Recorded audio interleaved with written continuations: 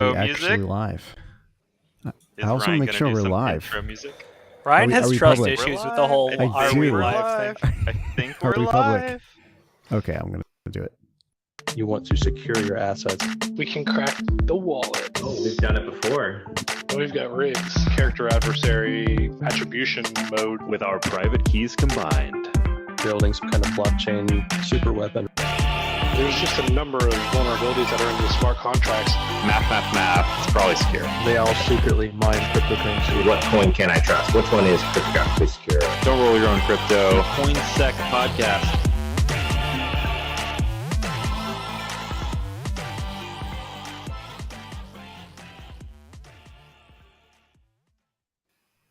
Welcome to the CoinSecPodcast. We are live and yeah. here for episode 55.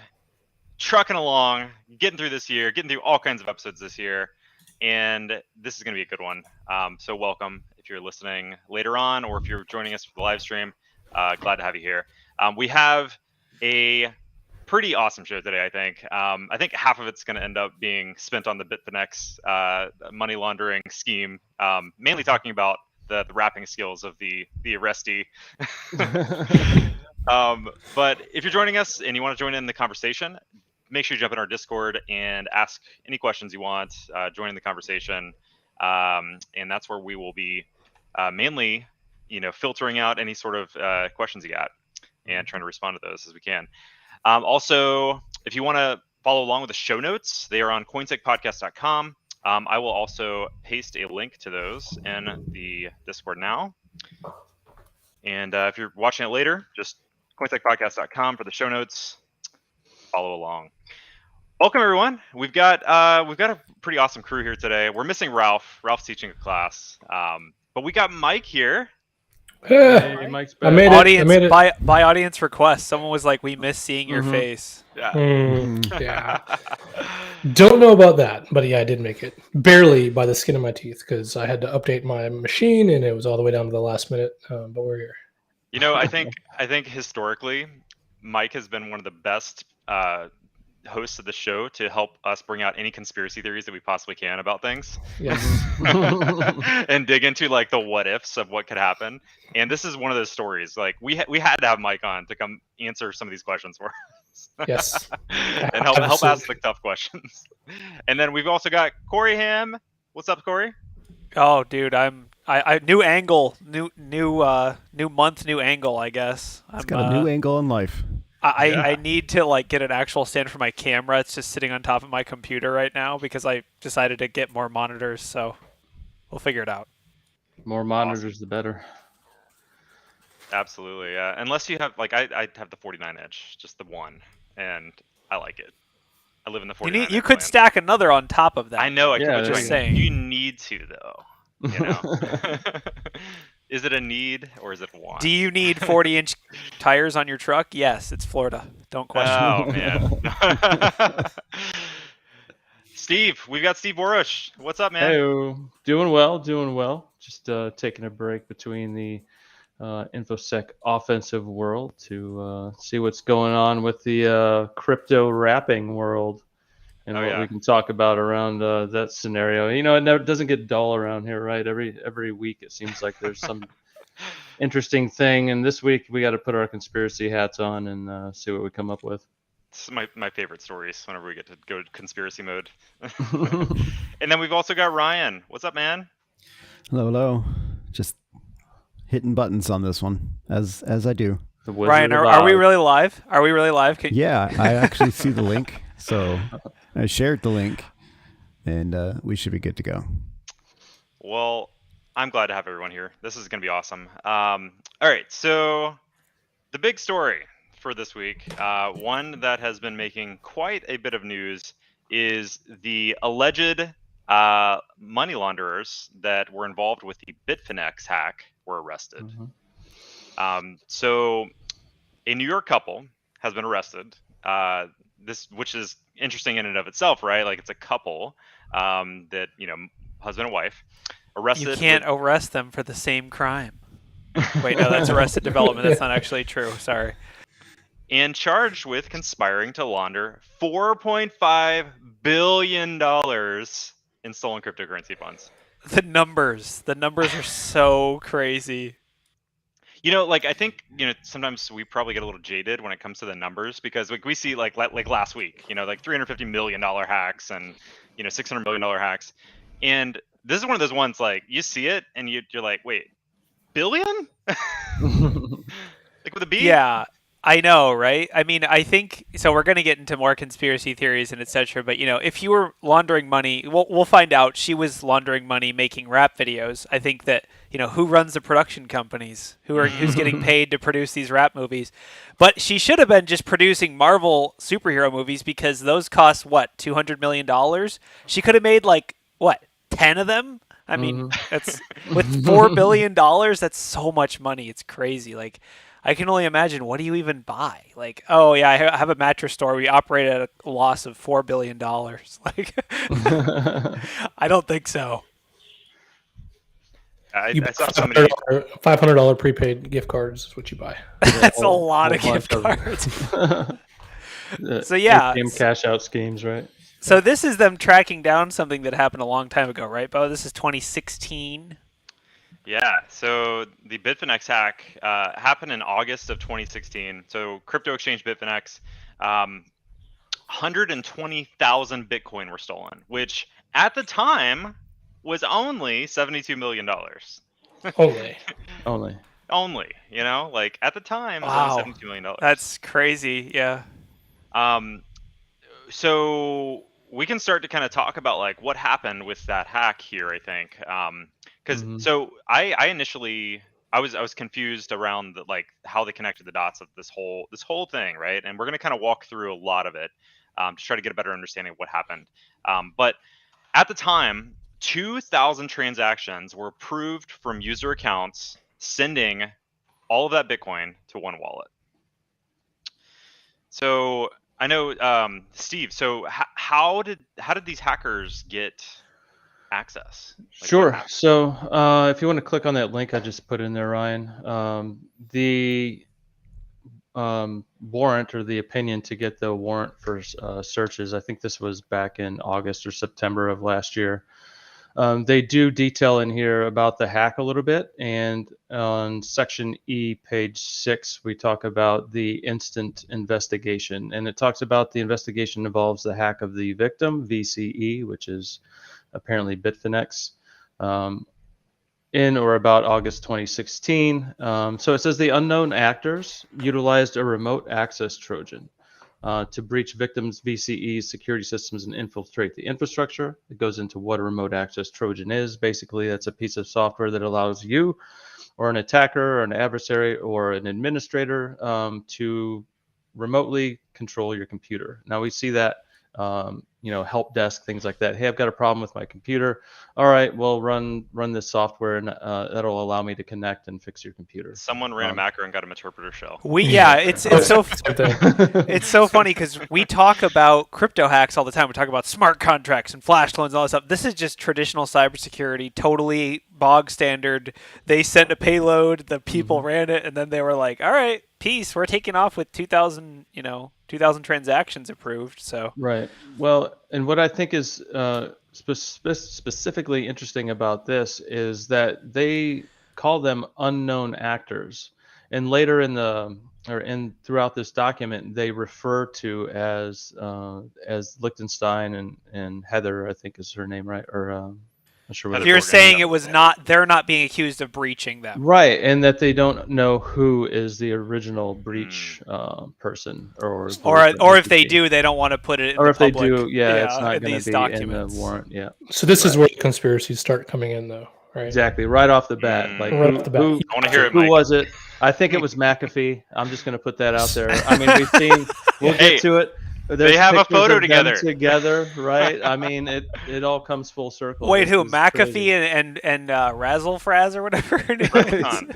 Razzlecon, yeah. I like how you change the name every time. Listen. Dude, I'm sorry. I mean, I have a picture with John McAfee. I mean, I think pretty much all of us probably do. So wait, are you telling me that you were in on it too? You were in on this? What year was your picture with McAfee? Was it 2016? No. Oh. That was earlier. Oh, Where man. were you in It 2016? was at DEF CON. He was at DEF CON in like, what was it, 2014, 2013, somewhere around there.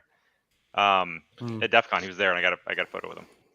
Yeah. So they still don't know who, or at least they aren't disclosing who did the actual hack. But these Right. are these are the people that laundered the money, right? So how did the money laundering start to occur? It says something about Alpha Bay.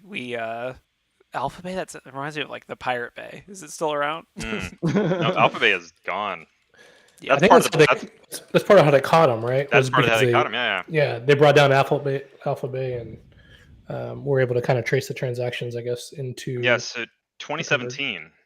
So only like a year later, small amounts of money began to exit the wallet through Alpha Bay, a currency exchange on the dark web that was used to transact deals for drugs, weapons, and other illicit goods. So basically like a Silk Road, right?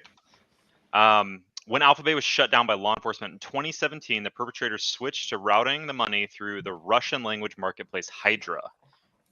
And then 3 years later, as Bitcoin prices spiked, the launderers employed a type of transaction known as CoinJoin using Wasabi Wallet. Let's talk about CoinJoin and Wasabi Wallet here for a second. So, Steve, you have mentioned that you've used Wasabi Wallet before. Correct? Yeah, totally unrelated to CoinJoin So wait, and I was money gonna say- laundering. like we're just like throwing Steve under the bus here. So Steve, tell tell us us how about you tell you us how hid some you money. where did you bury the gold, Steve? Tell us. So unrelated to any of what's happening here on the show, Wasabi Wallet is basically just another GUI wallet you download and runs on your PC, your desktop, and it's got a feature in there called CoinJoin, where it goes out to the CoinJoin network and then basically swaps your Bitcoin and tries to hide who is the originator and who is the sender of the Bitcoin or who receives the Bitcoin. So it's a mixer of sorts. And it's built into the Wasabi wallet. The Wasabi wallet, I think by default, it uses a little bit higher encryption, makes you use like the 24 seed phrase and things like that. Would you call it state of the art? It's one of the more secure ones that I know of. I haven't done an official audit on it, I guess. Well, the reason I say that is because I believe in the document it says that they use state of the art money laundering techniques. AKA yeah, they well, clicked when a all you got to button. do is you got to click a button, right? Yeah, it's not too state of the art, but They want yeah, to prove why they spent $20 billion investigating this when it was a $4 billion case. Sure, and then they sent some of their funds directly to a KYC exchange, and I think in these articles of whatever they're called, opinion for the warrants, they talk about how the money was only laundered through a couple Bitcoin addresses. They tried to launder it through Monero as well, which kind of brings up the question: did they follow the Monero, or was this totally just following the Bitcoin? So I mean, there's a lot of questions that comes out of this. So yeah, we're still dealing with confirmed facts, right? So let's continue. Right. So the facts are that somebody broke in, they used a remote access Trojan, they got the private keys, siphoned out the money, and then that's where we kind of wondering, how did these two get involved? Yeah, so right? they How tried do to we launder it. know? They tried to launder it Parsa and Alpha Bay. They tried to launder it using CoinJoin. Then what else did they? Then now we're on cloud storage, private keys. There was a search warrant for a cloud storage account belonging to Liechtenstein, which is one of the named parties. So let's back up just one step. So the Alpha Bay thing, right? So based off of the law enforcement, like what they've came out and said, is that apparently that breakdown of Alpha Bay helped lead to tying and connecting the dots between the initial wallets that were sent funds from Bitfinex to where they ended up going. So that to me is like I was wondering, like, okay, so how did they get caught? Because we always, every episode where somebody hacks something, we're like, how are these people going to get caught, right? Like, how are they going to catch them after they use mixers, after they use Tornado Cash? So Alpha Bay, presumably centralized service, right? So there's a Had really logs. awesome Darknet Diaries about the whole Alpha Bay takedown and how that all went down. But it was one wallet. All the transactions from the stolen Bitfinex money were sent to one wallet. So that's like the first, I guess, mistake on their part. Then, yeah, like you said, the Alpha Bay thing. I don't know the details of how were they laundering on Alpha Bay. Were they saying like Were they buying things on Alphabet with Bitcoin to try to launder it? I assume, right? Like they were buying like drugs or Probably something. selling your Bitcoin for more Bitcoin or Monero, right? Just trying to do a swap with somebody. Might be a way to do So it. like you give me 1 Bitcoin, I'll send you 1.1 Bitcoin, or Monero or whatever. Yeah, right. yeah. But then like Bo said that Alphabet got taken down, which means they had all the transactions Yeah, and most likely IP addresses of people who logged into and Alphabet. And account. if you Yeah. didn't do it over, strictly over Tor or some proxy. Well, and emails and usernames and Yep. and messages and yeah. And it does mention they have logs of IP addresses for the two co-conspirators and trailing back to residents in New York. So they obviously weren't using proxies or weren't sticking. Are those to, admissible? I thought IP addresses weren't admissible anymore. well, I mean, it goes as probable cause for a warrant. I would say, hey, we've got a cluster of Bitcoin addresses, and they're all going to this exchange, and that wallet has been accessed by 2 different accounts from this one IP address. Now we've got cause to go search. Mm-hmm. Just like the whole Casey Anthony thing, where like she had Googled like how to suffocate someone or something. Like Yeah, it's right. not like proof that she did it, but it's like enough probable cause that. Which, by the way, the jury exonerated her. But yeah, I mean that's okay. So then there was warrants. This is when it ties back to the specific to the person. email, right? Yeah. So I think I think like that's like I don't know if it's spelled out specifically, but like based off of that history, it sounds like they tied either an email address or something that was used to log in to Alphabet to a cloud storage account, right? Right, and that's what the warrant is for the emails and stuff. Yeah. Yep. So they were able, and I'm just guessing G Drive or something, because it does state that the cloud service account also has email services, right? So there's like what Right, iCloud, Google Drive, or I Yeah. guess Microsoft. That's about it. Right. Or it could be So- like one of these Russian. I'm sure like mail.ru has I cloud thought I saw services. something about Google Drive in something that I read. I mean, I've been saying that, but in chat, Pretty you might have just subliminally agreed with me there. Either but let's way, just though, say cloud storage, right? They've attributed it to a person, and they're searching through their funds. I mean, they've been arrested. Obviously, they have some level of cause. So the last thing before we delve completely off the record, or just make up random theories. The U.S. government said that a judge will decide how the recovered money will be distributed, which it's funny because if your money got stolen off of Bitfinex, this is potentially, and you get it back, this is potentially one of the best investments you would have made over the past. It's like the long-term hodl, right? It forced you to, involuntary hodl. But we skipped over something very, very important there. The fact that the private keys for $4 billion were just sitting on cloud storage. Well, along with the passwords to the wallet, apparently. Yeah, so that's one of the questions, right? Like that I also am curious about, because it did say that there was an encrypted file, right? Like probably an archive, I guess, some kind of zip Could have file. been the wallet.dat, right? Yeah. Or the Bitcoin Could have wallet. been, yeah. And so it becomes like, did they crack like a password, or did they just have some good guesses? I would guess that the people just used it, right? It's like the whole Dread Pirate Roberts thing, where they wait for them to use it, and then it's done. Well, based off of like the warrant, right? Like they had to have a warrant to search it. They found the files on cloud storage, and then it does say that they decrypted it, right? In the actual report. It was passwords.txt in the cloud storage. Not my wallet password. Yeah, right. So that's part of the story too, right? So not only were there like the private keys for the wallets out there, but also there were identity files. So fake identities. There was information about like creating fake passports and like how to do that, and like certain accounts. They also had information around what exchanges, like all the credentials for the exchanges and the like the banking institutions they were working with, just in a file on cloud storage.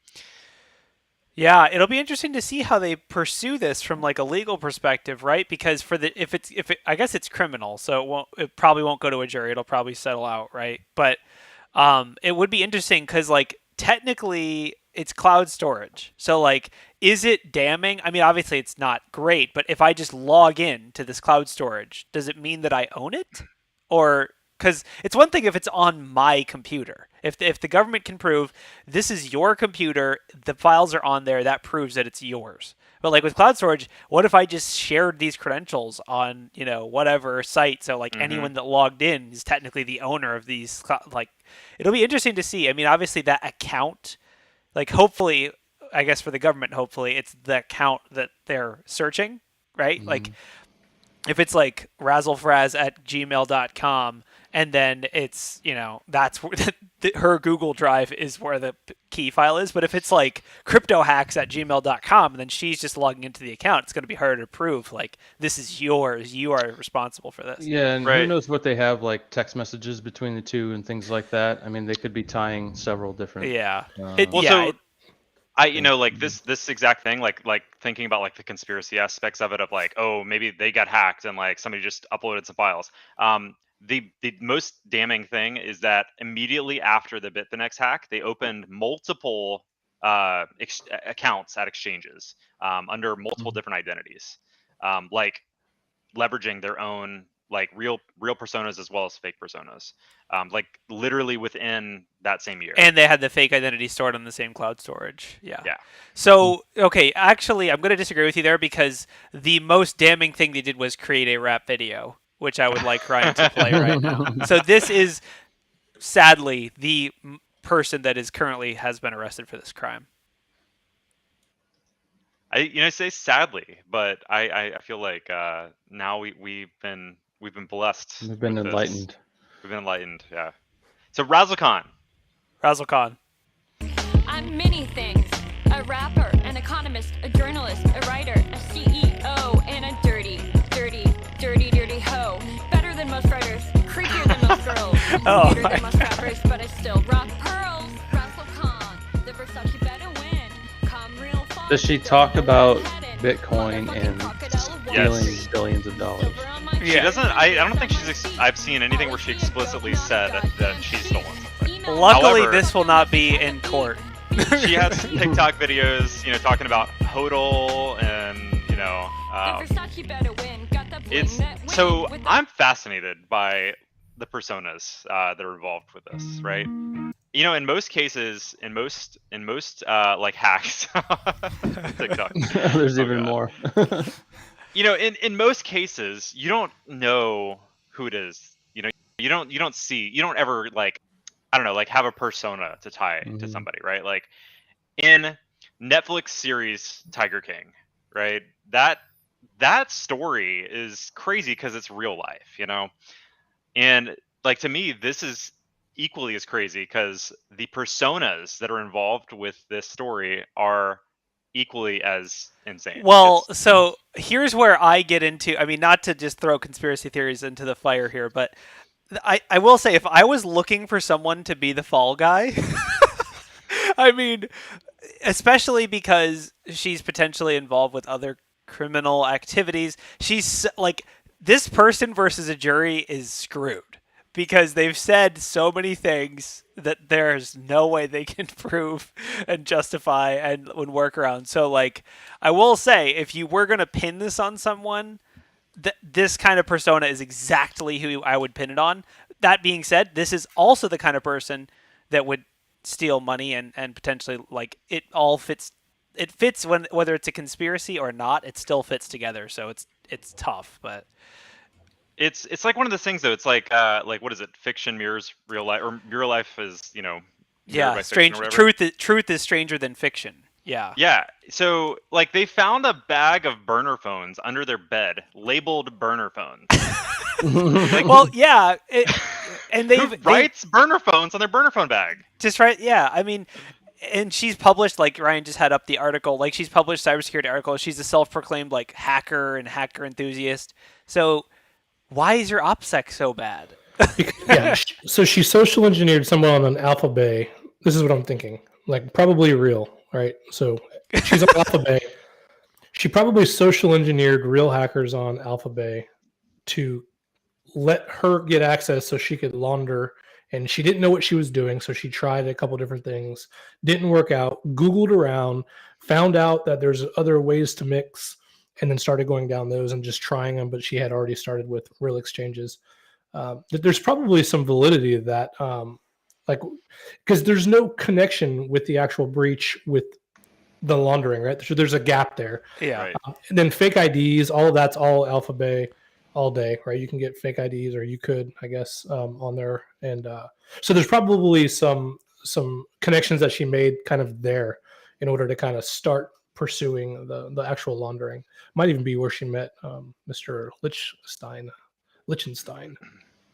Yeah, not sure, and I'm not sure what his involvement is in this either, as she's been kind of the focus since she's got the persona and the public stuff. But is the other party a social engineer, hacker, or something like that? Do we know? I didn't see anything So about it. on his Twitter profile, he does state that he's a Web3 developer.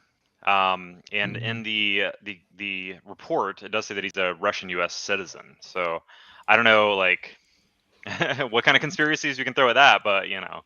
He's a Web3 developer because he's trying to figure out how to automate the laundering, I'd bet. So yeah, so that we have only covered. He doesn't have any terrible rap videos. He doesn't have as much of a persona as Razzle Khan does, but he definitely has, you know, red flags on his Cloud services and solutions. It cloud says. services. Yeah, So what kind of name is Dutch Liechtenstein? It's like a fake name. Well, no. So I saw like somebody joking, like that's like Belgian Switzerland. You know, like It's like Ricky Bobby, 2 first names. Yeah. Yeah. I mean, I guess it'll be very interesting to see how it plays out. This is, as far as I know, the first high-profile actual money like turning this into a real thing. Like all the other crypto hacks and things have kind of gone either unpunished or unprosecuted. Like, so Yeah, we we'll talk see. about it every week, basically, right? That we see all these, and well, most of the ones that we see are decentralized liquidity pools and things like that. DeFi, yeah.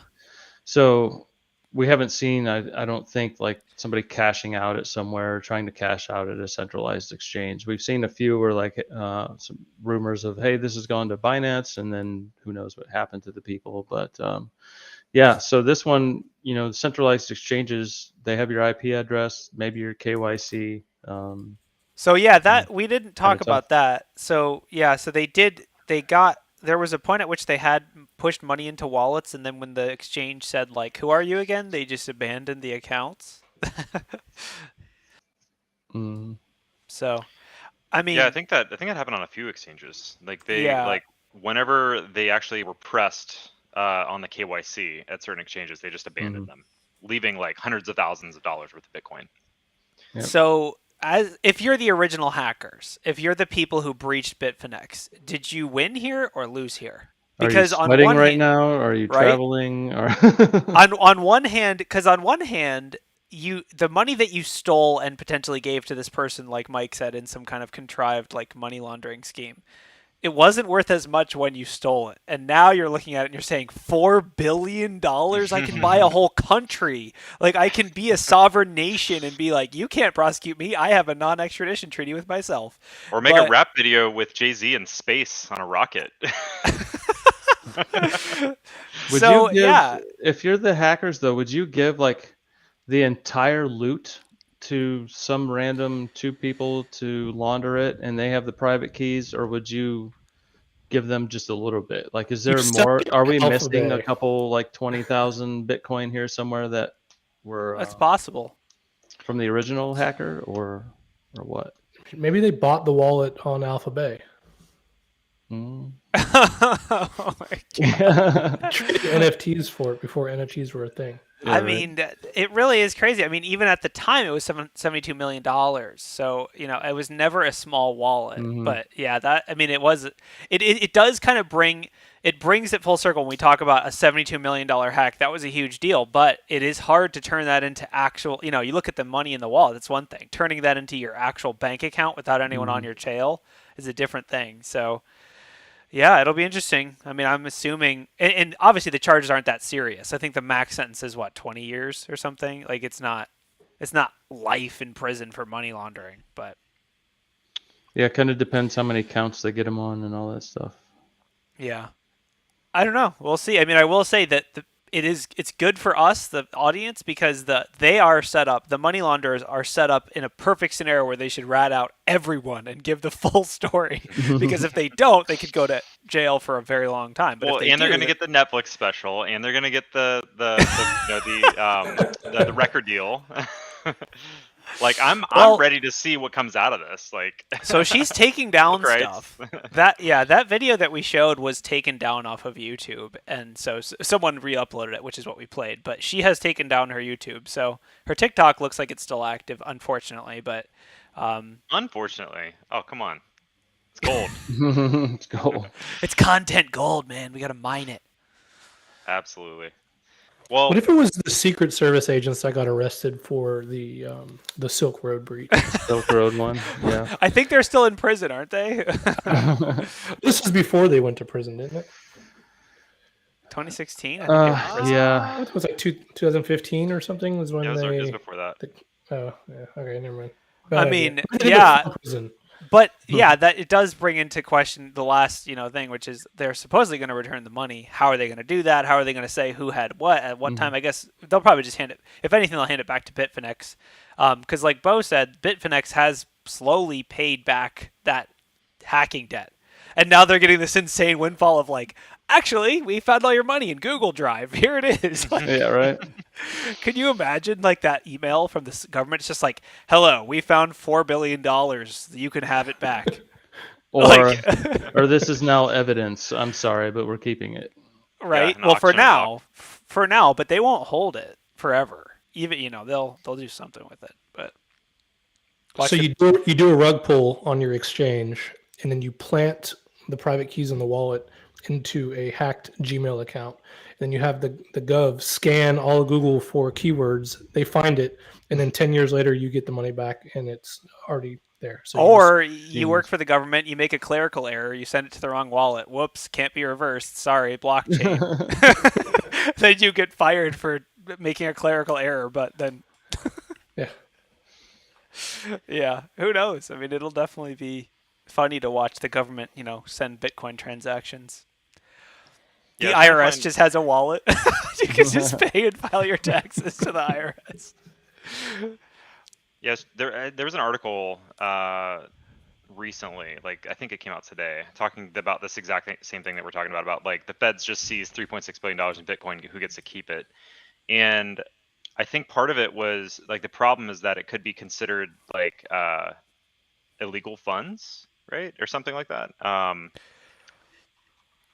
Well, I don't know if I rob a bank, it's not like the money has to be returned. Like, the bank.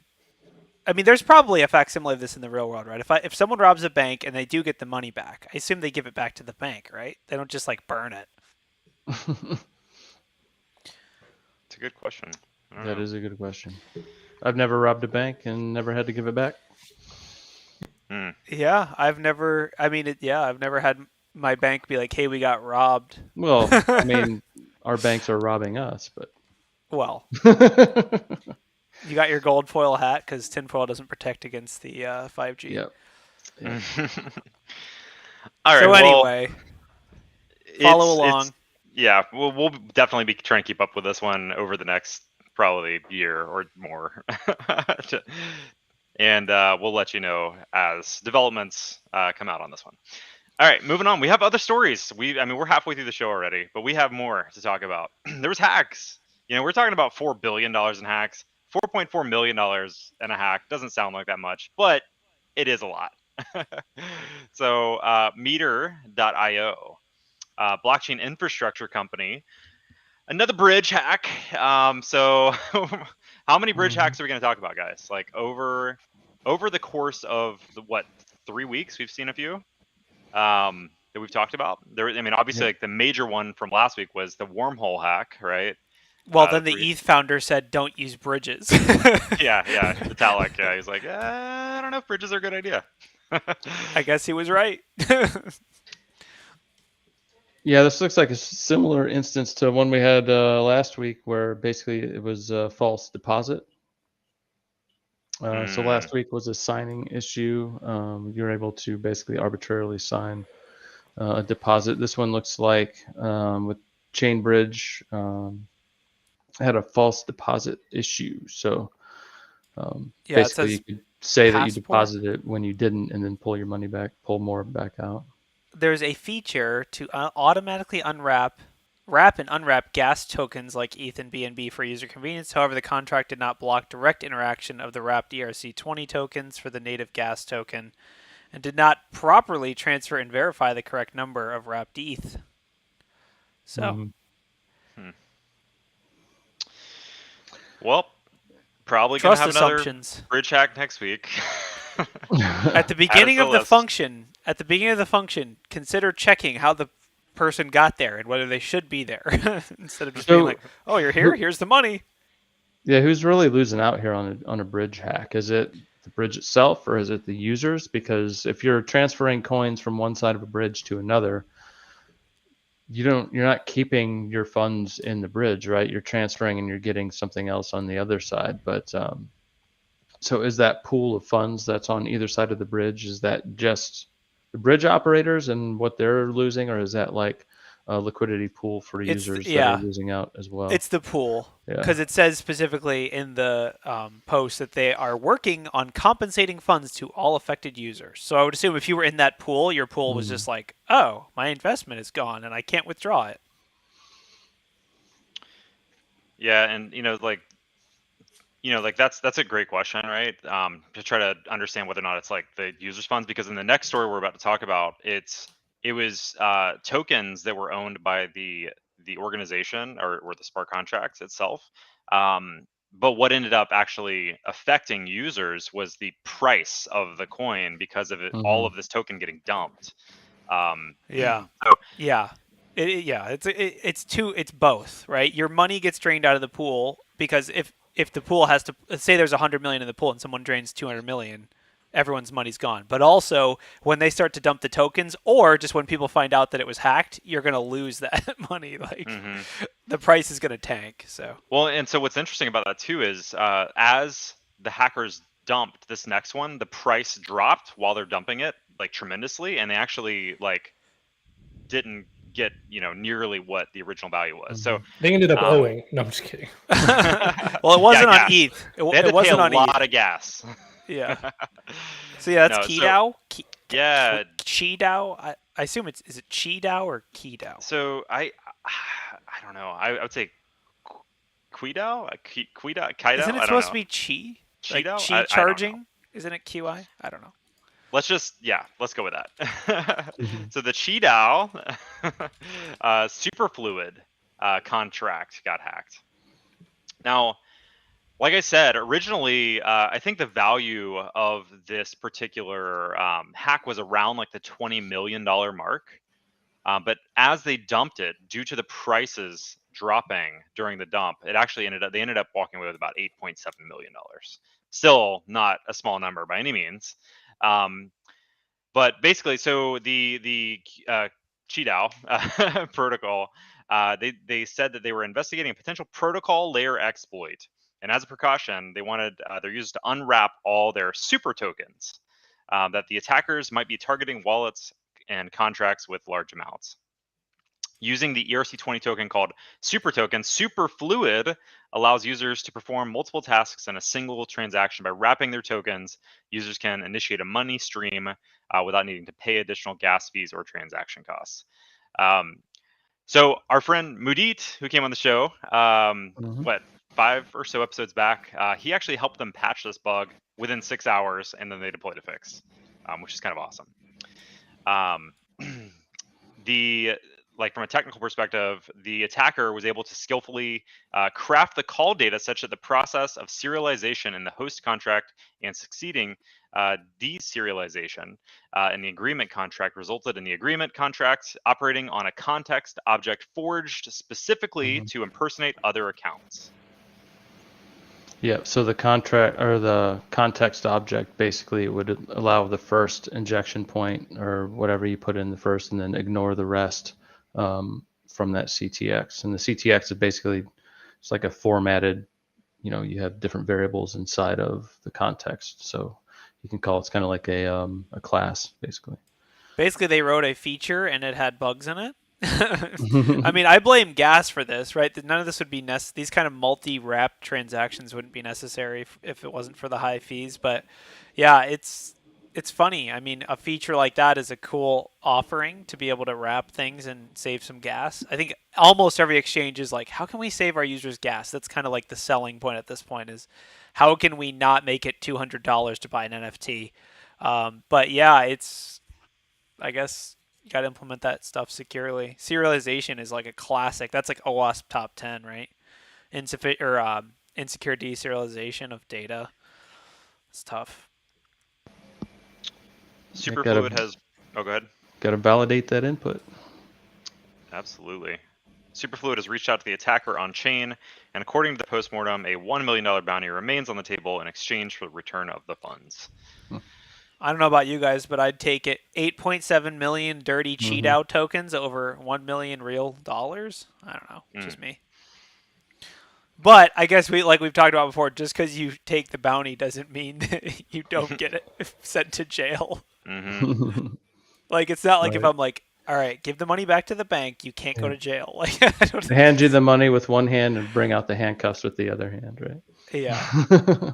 Yeah, it'll be interesting, but one day like I take that up. They're gonna. I just had a really strange thought. All right, so follow me on this for a second. So you know how we talk about blockchain being permanent record and being like code is law, right?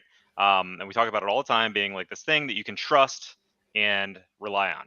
Now, all right, so what if in a case like this, what if there was a way to have like a judge like sign something like digitally in a contract that says we will not pursue this person, and actually put like maybe like an NFT on the blockchain that says like if this person returns $1 million legally, we can't pursue them. Like would that be more enticing for an attacker to actually return the funds? Like that's something that could even exist. Dude, yeah. I mean, it would be like good. I mean, I would say like the company could do that themselves, right? The company could do like a contract. They could NFT or whatever, a signed contract that says we will not persecute you for this crime if you accept this money. But the country itself has laws. Like the feds or whoever, like there's so many of them. I mean, you could have at all different levels. Like your point, a federal judge or a federal district attorney will pick up charges. If they don't, the state, if it's in the country here, the state attorney could still file charges. And then you get multiple state attorneys. I mean, there's just all kinds of problems, I think, with that. But it would be interesting if there was a way to do that. Though. A get out of jail free card NFT sent to the attacker's wallet.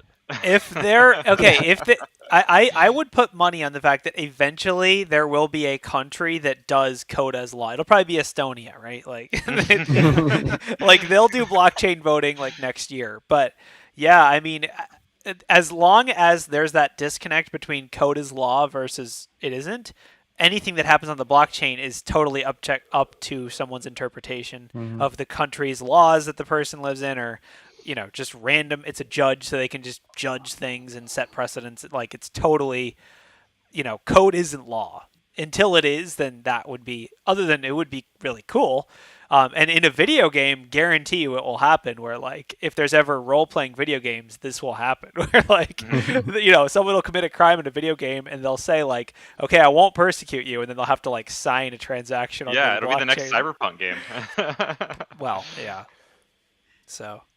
Funny idea, though. I mean, watch, it's gonna happen. Oh, it's gonna happen. It's just a question of whether it'll be terrible or good. We'll find out. So next story we have is EarnHub. EarnHub informed their users that the Pornhub? Not quite. The EHB staking pools have been compromised. A hacker was able to exploit their contracts and steal most of the tokens in certain pools, then sell them, draining the liquidity pool. So this is a case where the hackers stole the tokens and then sold them off, which affected users, right? So they didn't actually. So apparently, I guess like the users weren't affected necessarily, like their funds weren't affected by this, but the price is what got affected here. The logic error was in the make hop function. Make hop function allowed shareholders to shift their funds through different staking pools in a gas efficient manner. See, like exactly what you said, Corey. Like it's always like a gas efficiency problem. Like everyone's trying to fix gas. That's where the issues, features. Yeah, that's where they're competing right now is on the gas stuff. Yeah. And that's where these hacks are happening, right? So, the issue was with the receive hop function. Is this Go ahead. so? Does it looks like are they validating the address that's put into the allowance spend there on the notes? Was it like a contract was then contract B? It said was able to have allowance to spend the staking contract token. So instead of using a user address, did they have like a contract that didn't validate that it wasn't a contract? No, it's assuming that the contract is not malicious. It assumes anything on the pool is good. That's the flaw. Gotcha. So and turns out you can put bad things into the pool. Mm-hmm. You can pee in the pool, basically. Can't unpee in the pool. Can't unpee in the pool. Yep. So there's another one for you. All right. So last story we got for today is the Dego Finance was hacked. Around $10 million was taken across 3 chains: Binance Smart Chain, Ethereum, and Kronos. And this was another key compromise issue. Private keys were compromised. Well, claimed, allegedly a compromised key, right? That's the classic like conspiracy theory rug pull. Yeah, which is like, how do you keys. lose your keys? How did you not have multi-sig? How did you not do this? And like, it's just you're asking for people to blame insiders when you just say, "Oh, we lost our private key." Like, come on. It is a good. What'd you do? Have it on Google Cloud Drive? It is a good sign. It's a good sign that they asked Uniswap to prevent users from trading Dego. So they're like, hey, don't let anyone launder this money for now. So maybe that does say it's an insider that they're like, don't let Gerald get away with that money.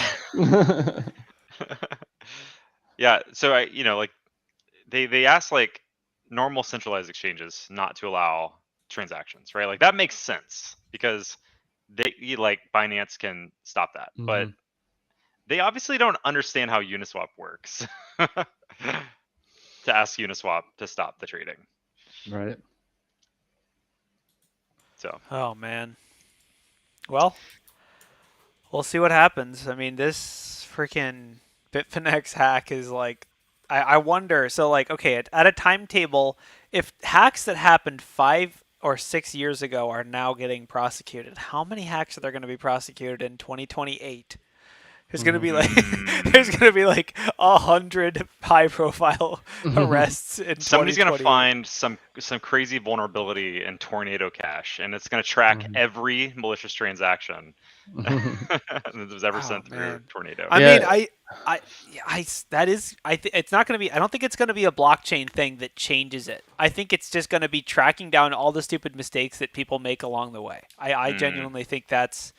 Like it is like traditional law enforcement tactics. Like we read your emails and you had an email that said I stole the money, haha. Like so I mean, well, Wormhole, they put out a bounty on the hackers themselves. So Wormhole offered, what was it initially, like 250,000, I think, and then they offered like $10 million to the hackers 10 mil, to return the funds, right?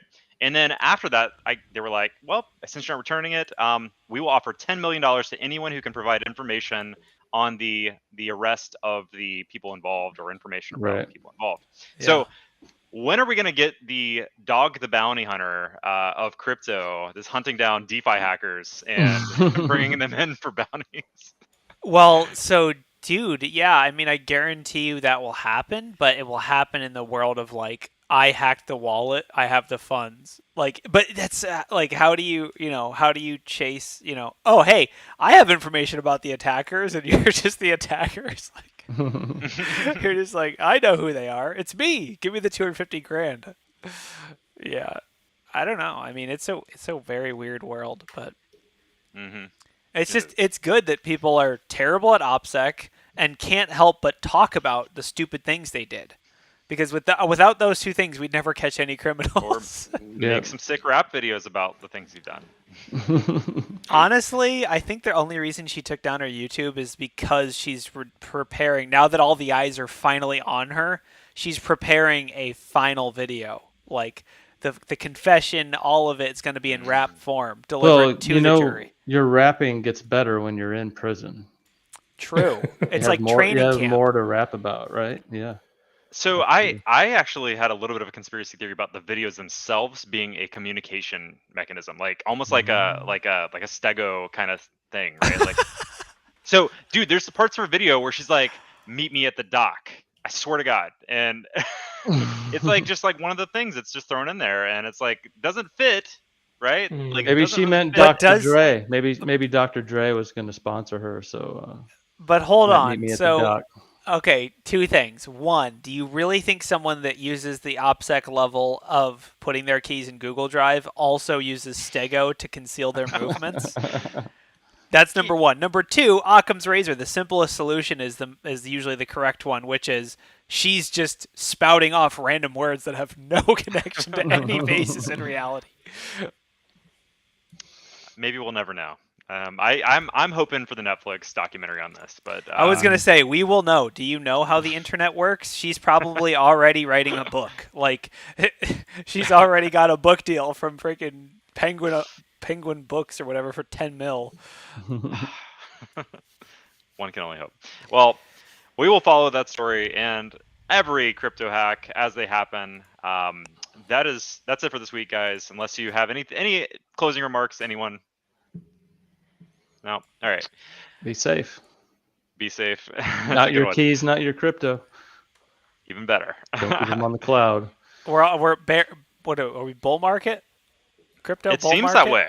It seems that way at the moment. Don't jinx it though.